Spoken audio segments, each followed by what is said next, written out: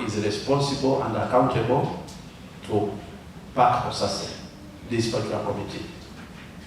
When any officer of Uganda Human Rights Commission is accordingly invited, you must accord such invitation, not as a way of good gesture, but in response to lawful invitation and summons. Number two, a witness or someone cannot choose where to appear and when to appear.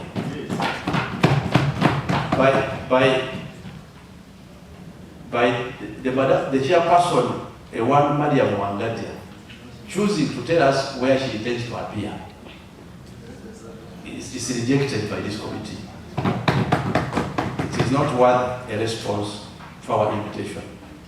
Number two, now that this has been the second invitation, and she has not accorded us justifiable reasons within her response as to why she is unable to attend, but rather that she will attend other committees.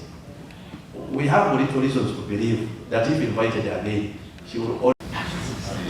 Is irregular and illegal insubordination. We remember here in the last committee of Cosase, that woman appeared before us and she pleaded, forgive me here, forgive me, I am going to change in the next audit, these things will not happen. I hope you remember we are together in the Cosase committee.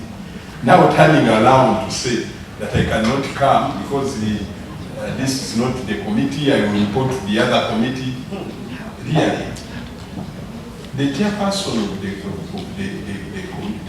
Human Rights Commission, if you get to hear what she wrote us around, you really feel pitiful Ugandans.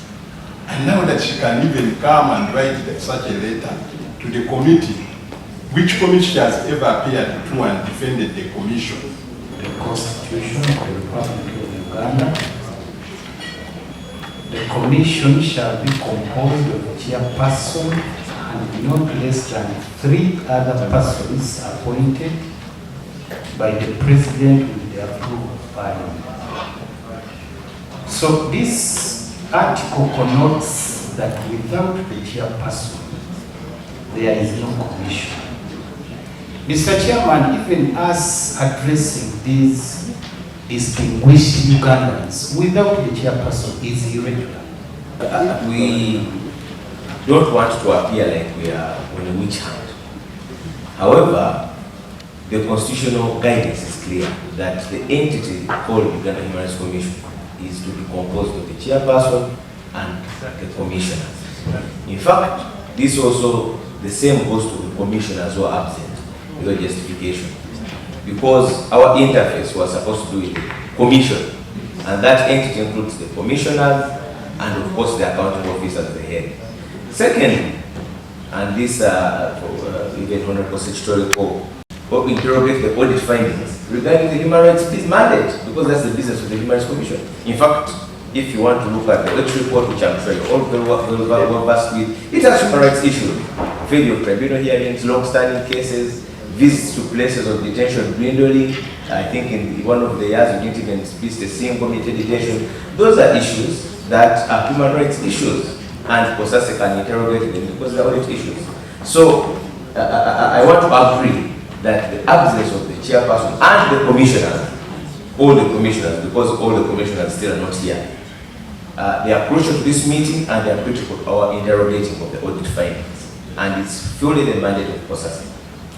And the letter doesn't state why she did not come.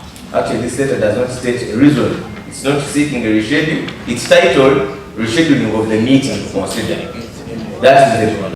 First of all, to say that she cannot appear before this committee is irregular and illegal insubordination. We remember here in the last committee of Cosase, that woman appeared before us and she pleaded, forgive me here, forgive me, I am going to change in the next audit, these things will not happen. I hope you remember we are together in the Cosase committee. Now turning around to say that I cannot come because this is not the committee, I will report to the other committee. Really, the chairperson of the Human Rights Commission, if you get to hear what she wrote us around, you really feel pity for Ugandans. And now that she can even come and write such a letter to the committee, which committee she has ever appeared to and defended the commission, we must do something. And again, I'm wondering, Mr. Chairman, why we even still call her the chairperson of the commission? Because herself, in her own words, she said, I'm resigning as the chairperson of commission. Then later, I heard that she sent a notice of intention to resign. But by the look of things, you can see that either she's not interested, or she's hiding something, or she's above the law. And like Honorable Zahara said, she's a woman who knows what she's doing. So I will support the Honorable who's to find her wherever she is and present her to us, such that we start examining governance and other audit issues in that agency. She should be here whether she likes or she doesn't. Once again, I'm called Cosase. Honorable Chair, I'm observing something from the entities that are being called upon, taking Cosase for granted.